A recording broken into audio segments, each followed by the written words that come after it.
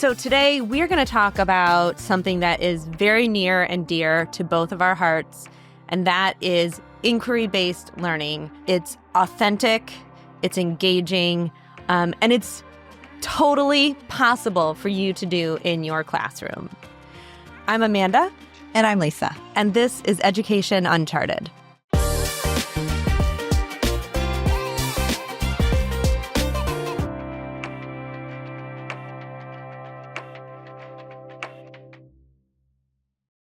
So, Lisa, I want to start today by just clarifying what inquiry-based learning actually is, because that term has been floating out in our universe for quite some time. Years. Yeah. Yes, years. And for some of us, it's familiar. For some of us, it feels unfamiliar, but it's actually nothing new. So let's talk about what it is. And then we're going to move into how you can actually make this happen in your classroom. One of the things that I thought was really interesting that you brought up in our conversation the other day was that it's not new. And for anybody who is listening that is about our age and went through a teacher preparation program. Which is like 21 or 22. Exactly. You might be familiar with the term anticipatory set. Yes. Right? We learned this as like the must-have piece of your lesson plan to grab students' attention and to move into whatever new thing you were going to talk about or teach or learn, whatever, in that class time. So I was thinking about some of these when we would write lesson plans. The very first thing we did was write our standards, our objective, and then what is your anticipatory set? And that was fun. I always had fun writing the anticipatory set because it was like, how are you going to hook the students, right? Engage them, get them to know what you're doing, but this is the mystery, the surprise that's going to be revealed, something fun. And this is a huge part of what inquiry-based learning is. Mm-hmm. We just called it something different. And it was a staple of a classroom lesson until, I don't know, I think that maybe, and it'd be interesting to hear from our listeners who are, not 22, they're like, just turning 20 and and have entered into teacher preparation programs, 10 years ago instead of the multiple decades ago that we did.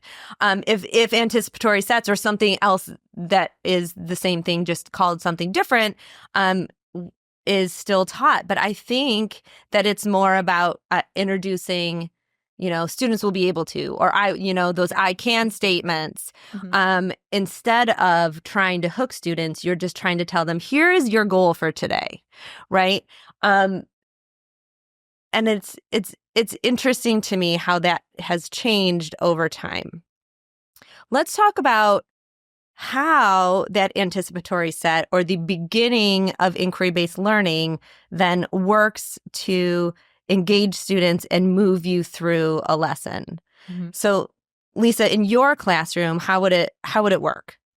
Well, so first of all, I think it's really great that you called it that hook, because when we talk about social media, what stops us from scrolling? It's a hook, right? So as Absolutely. Adults, we need something to stop us and say like, ooh, that looks cool, or ooh, I wonder what this is going to be about. And that's the exact same thing we're doing in the classroom, is we're getting the kids to stop whatever they're doing, focus on us or focus on the content, and then say, I wonder what's going on now. What are we doing in this classroom? So there's a couple things that we do. The first thing, back in the day when it was very like object-oriented learning, I can remember pulling out a box, right? Oh, and inside the box is like a little shoe box. We're going to say, what are we doing today? What's going to be inside? And we have objects. And I can remember doing this with frogs and having a whole bunch of little toy frogs and say, okay, this is what we're starting. What do you think it's about? And so we start with that question, getting the kids to just think about that. It's like, we're going to learn about frogs. We're going to learn about Kermit. We're going to learn about the Muppets. We're going to be doing jumping. We're going to be doing, so they would come up and just start spitballing all these ideas. We do this now, but again, like you said, we just changed the words. So now we just say it's phenomenon-based learning. So we start with a phenomenon. So instead of using an anticipatory set, we use a phenomenon. So we start with something that is maybe a reading, maybe a video, something that will get the kids to engage. And it's just really quick, right? A picture? So could be a picture. Yes. Okay. And again, it's pulling out that box, right? And this is our phenomena. But the phenomena is something that is maybe unusual, maybe something unexpected. And then we get the kids to start wondering and asking questions. So I didn't even read the article, I'll admit. I read the headline that gross stuff can hook kids in, right? Yeah. It's like, if you're talking about doo-doo, you might grab your student's attention. And any bodily function. Yes, if it is considered gross and you're talking about it at school, I want to know more. Right? Right? And that's that either that engagement of like, ew, that's so gross, tell me more, or like, wow, I never thought about that the wonder is what then grabs these students. So it's something that's happening in our real world and making even the kids who you might think would never engage ask a question. Yeah. So like I'm going to always go back to science because my head is straight up in science, but this goes for every single subject. But I think about a lot of times in the past, we would start with vocabulary. Here is the vocabulary terms that you need to know.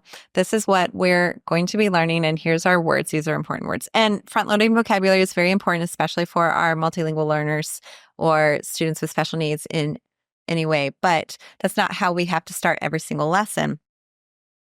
So instead of talking about commensalism and different type of interactions in ecosystems, I could talk about the fact that deep sea whales often have worms in their eyes. Like almost 100% of every deep sea whale has worms in their eyes. Okay, so that's gross. That's gross. Well, yeah. But also why? Right. Why do they have worms in their eyes? Yes.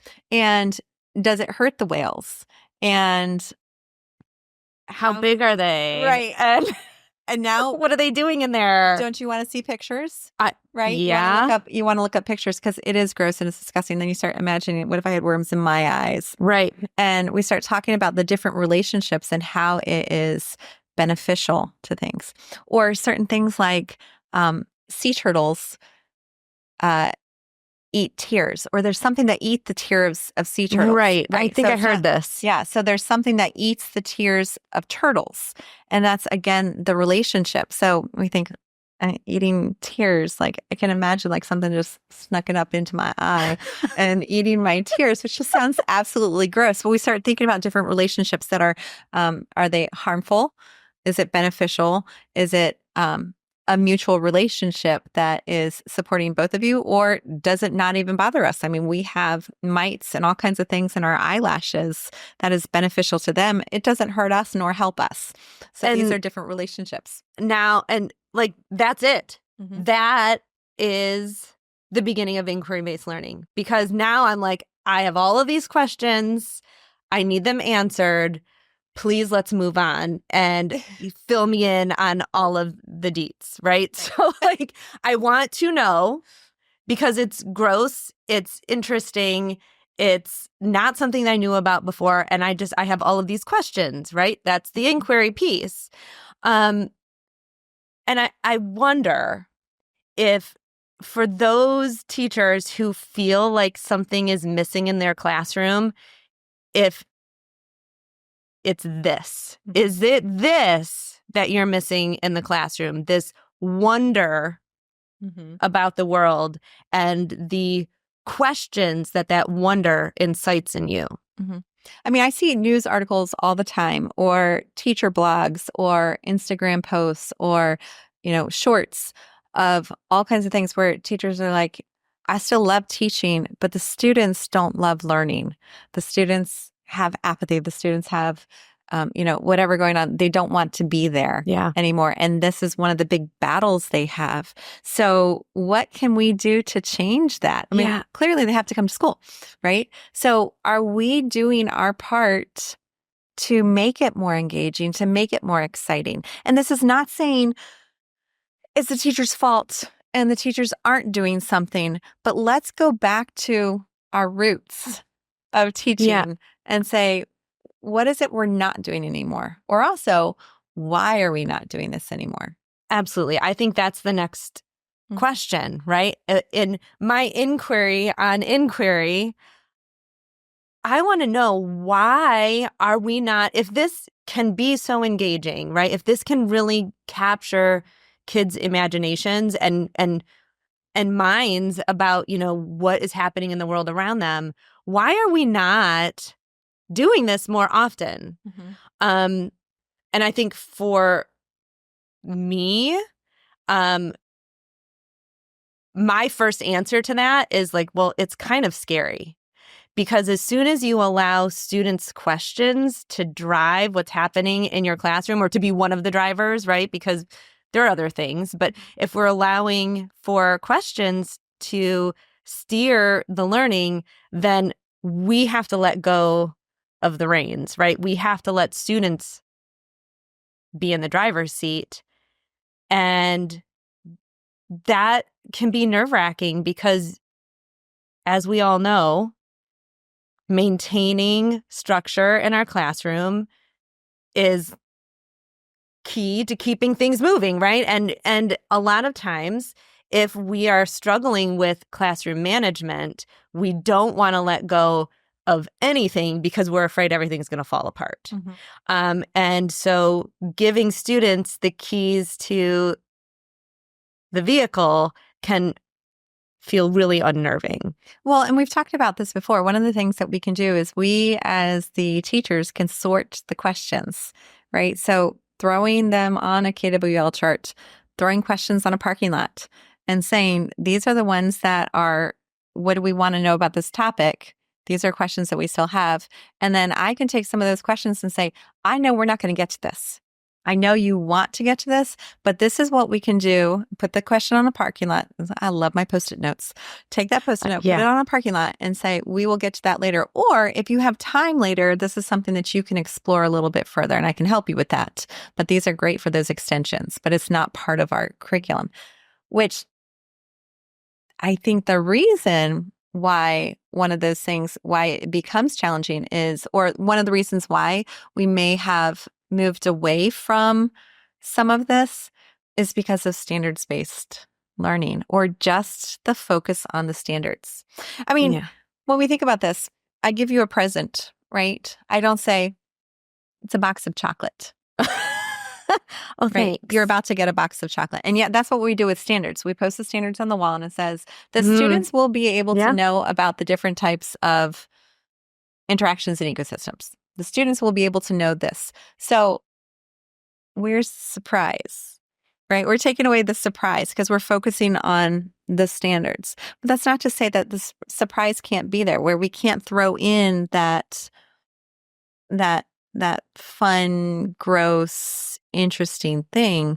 We might just have to think a little bit more creatively around it before we get to that standard. So we're staying on the standards. We're focusing on the standards still, but we're still bringing in the fun and making it more meaningful to them.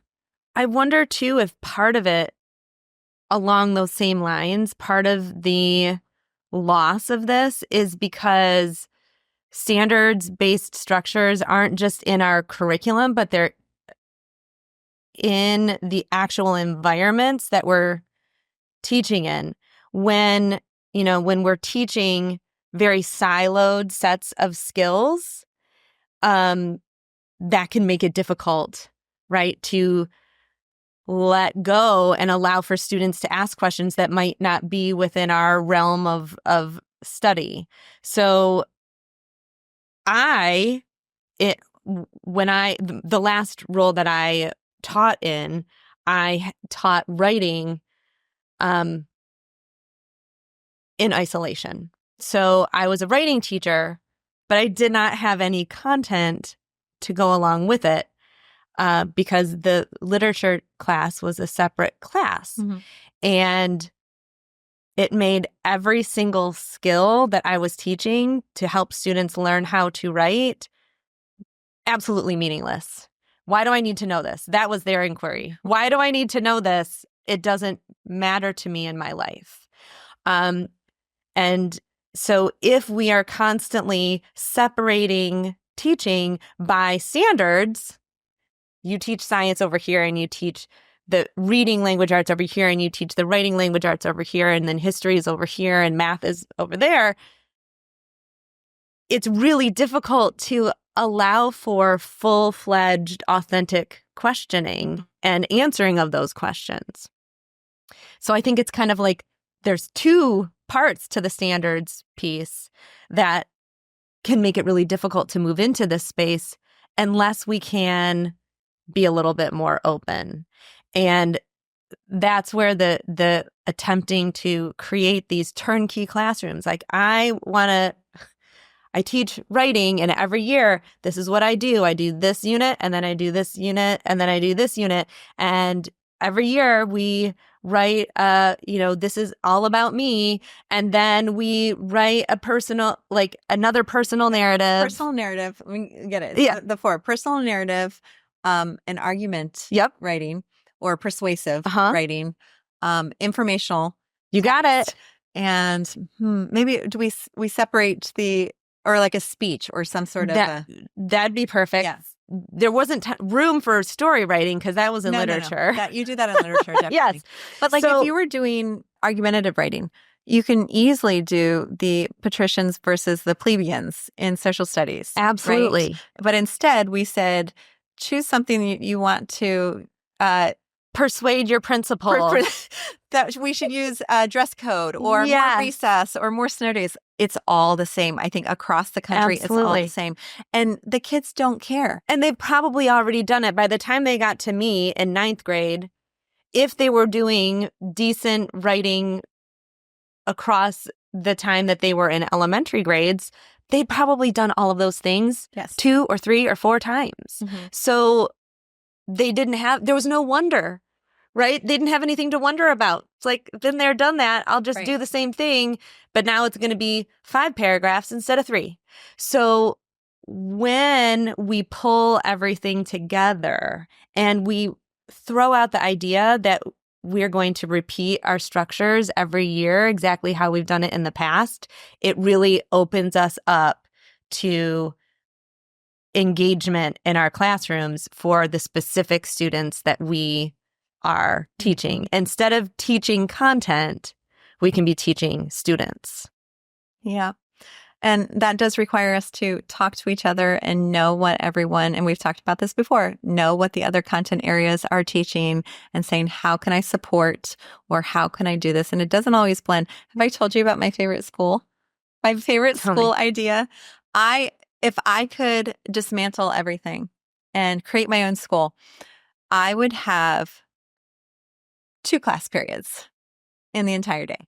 Wait, short class periods? No. Okay. Like long class periods. Okay. And one class would be humanities, and then one class would be like STEM or engineering, because we could do so much in the learning about things and the literature and, the writing about things. And then we can take some things and do our hands-on science part. But we've also learned some science in our morning class. And now in the afternoon, we're going to do the lab part, and we're going to do some building and some of the engineering, and we're going to do some art. But then it's all going to keep connecting together. So they wouldn't get a grade for social studies and a grade for science and a grade for math, because they would see the interconnectedness of everything. Isn't that life? I mean, it is. It's absolutely the way that we experience life in reality, right? But and I'm speaking as an upper grades teacher, we then need to recognize if we really want to be authentic and offer our students more authentic experiences, we need to be, again, teachers of students, not teachers of content. Oh, that is key. Say that again. Say it So again, because I love it. we need to be teachers of our students and the individual students that we have, not just the general I teach ninth grade students. Ninth grade, right. We need to be the teachers to our students, not teachers of our content. Mm-hmm. And that can be tough to overcome. I get it, because if you threw me into a math class, I would not be the most comfortable in teaching whatever math I needed to teach, right? If we're trying to pull stuff together. But I would also recognize that I could learn it. I could let down my guard. I could open up the gates to allow some of that scary stuff to come in and say, listen, I'm here to teach kids, and, take that next step into, all right, it's algebra time. We're going to apply some of this algebra because I know it's meaningful in the science that you're learning, and the science that you're learning is what you're writing about in writing class.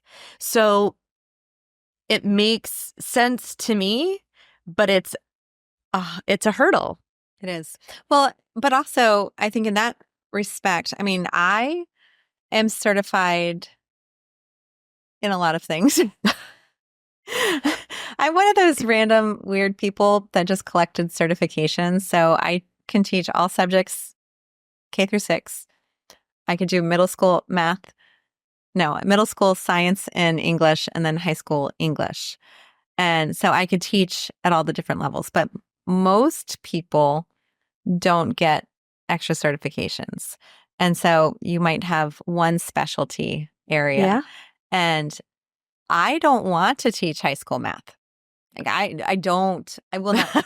No. I would not like to do that. Thank you. I won't. Right. I do middle school. I can do middle school math. Maybe 6th grade, 7th grade math. I could probably do all of middle school math, honestly. But what we have to do is we have to be flexible in a situation like that to allow someone else to come into the classroom and say, I don't have to do it. For sure. Like, how about, this is your expertise. You come into the classroom. And even if we have to double up the number of kids, if there's 2 adults in the classroom, we can have 40 or 50 kids in the classroom, because we can manage a whole bunch of bodies by having multiple people in the classroom. So that's something that we can do. So we have to be a little bit flexible in maybe our learning environments and in our understanding our own expertise areas. But we also have to be flexible in the sequence things are going to go in.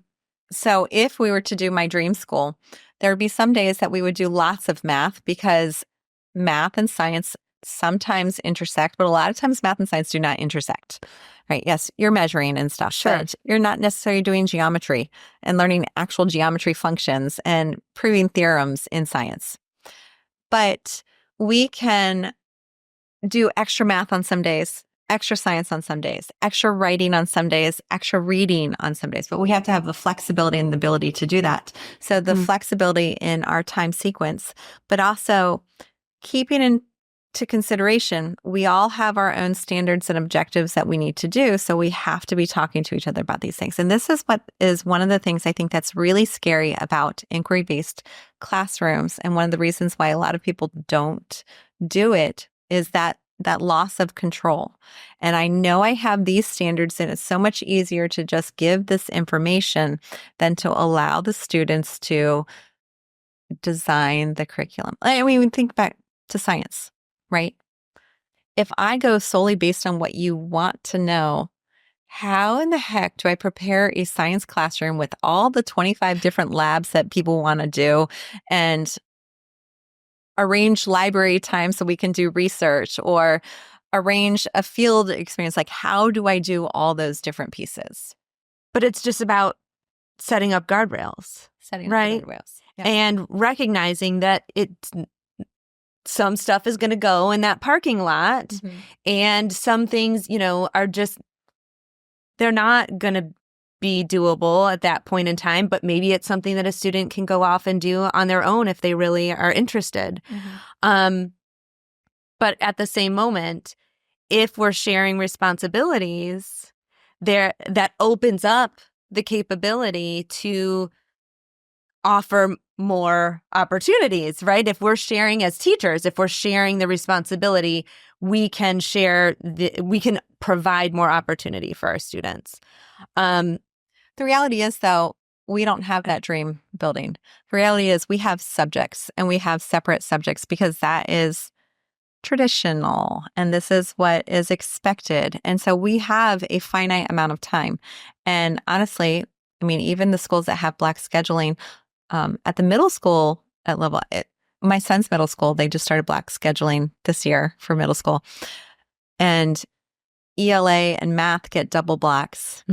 Science gets one block and social studies gets one block. And then they have their electives that they get.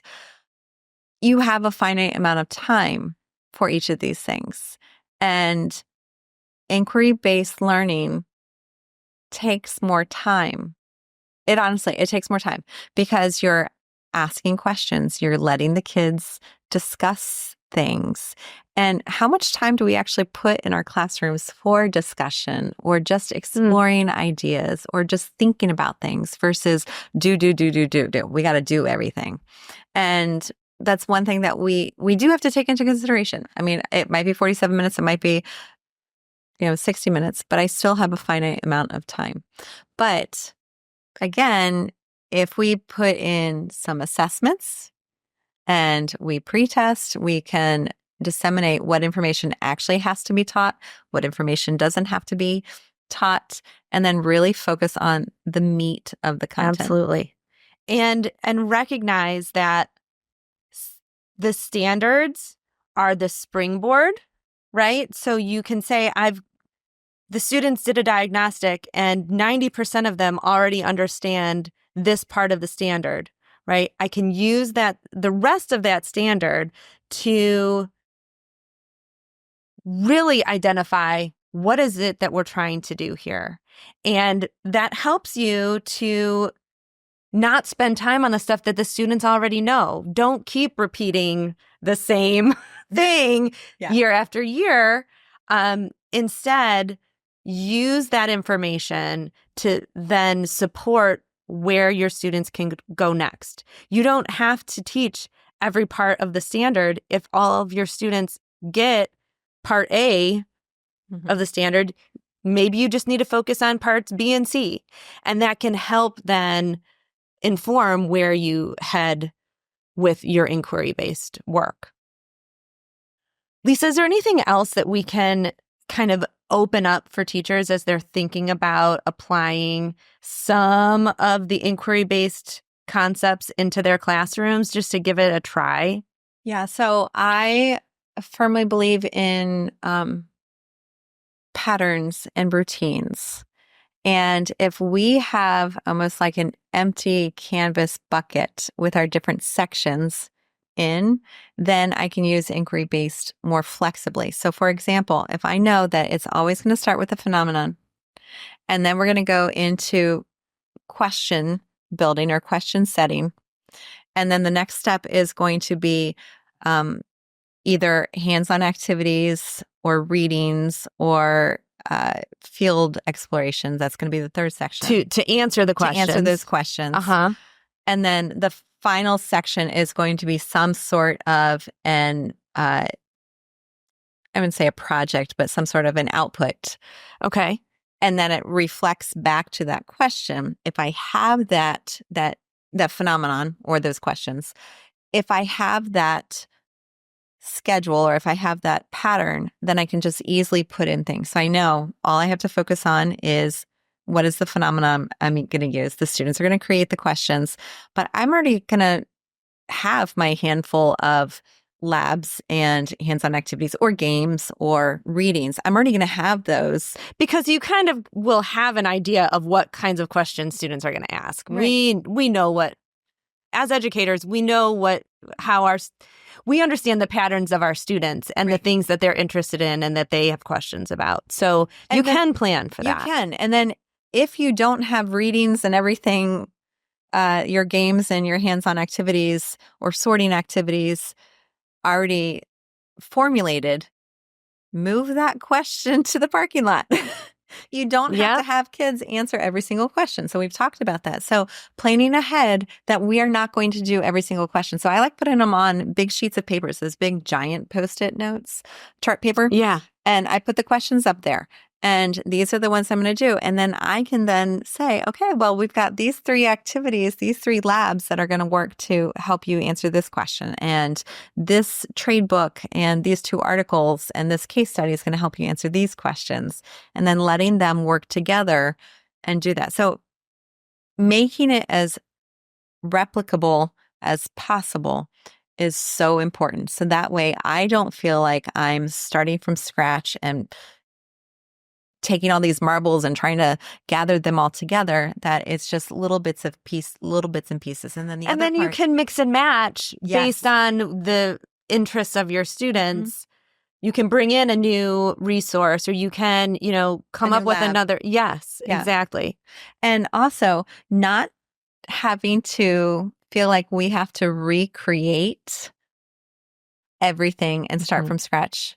There are so many resources out there, and there are entire programs that are built on phenomenon-based learning or inquiry learning with student choice and student-centered learning. And so just starting with whatever curriculum you have, using that as a resource. Remember, using your curriculum as As a a resource. resource, not as this is our Bible. This is my Mhm. math Bible. I have to use it. But this is a resource that helps me.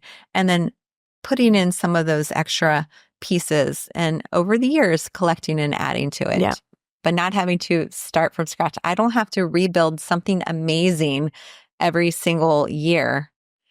I can use some of the same things, but then tailor it to my students' needs. So I challenge you to implement even a little bit of inquiry-based learning into your classroom, even if it's just the anticipatory set, even if it's just that hook, that little phenomenon that gets kids interested. Test it out, see how it feels, see if that is maybe the missing piece in your classroom, and then come back and tell us. Tell us what you learned, what you figured out in the inquiry that you can do within your own classroom, within your own teaching practice of how can I make this work for me in the situation that I am in and that my students are coming from. We want to know. We want to know how it's going for you. And if you're able to spark some wonder in your classroom using an inquiry-based instructional pattern. And also what challenges you're having. So if you're attempting something new for you and it completely fails, remember that we're both instructional coaches and we are here to help support you and walk you through things so we can maybe give some suggestions that might make it a little bit easier. So if you like this episode, please like or share or follow Education Uncharted. We're so glad to have you here. We can't wait to hear how things are going for you in your classroom. Until next time, I'm Amanda. And I'm Lisa. And this is Education Uncharted. Lisa, we just got done talking about how teachers can implement inquiry-based learning in their classroom. I want to talk about how we have implemented this structure into our Propello Science for middle grades classrooms. Why don't you share a little bit about what you've done within the structure to help teachers move through an inquiry-based lesson from the beginning to the end? Yeah, so we start off with a phenomenon in every single unit, which is a video. And then we have inquiry-based activities that gets the students to generate questions and start doing some background research in order to figure out the direction they're going to go. From there, the students can choose readings, they can choose activities, they can choose some more research if that's necessary in order to answer those questions, provided by Propello already with all the guardrails for the teachers. So the teachers have background information, everything that they need, differentiation for each of the students. So teachers at all ability levels can teach with fidelity and ensure that the students are getting the standards and the instruction that they need. We then have assessments, both embedded assessments and summative assessments that the students can take so they can assess whether or not they're meeting standards and meeting their progress. And then we cap it all off with some fantastic project-based assessments that can be utilized throughout the course to support students as they're growing and learning certain concepts and ideas. To access these resources, go to www.propello.com/register.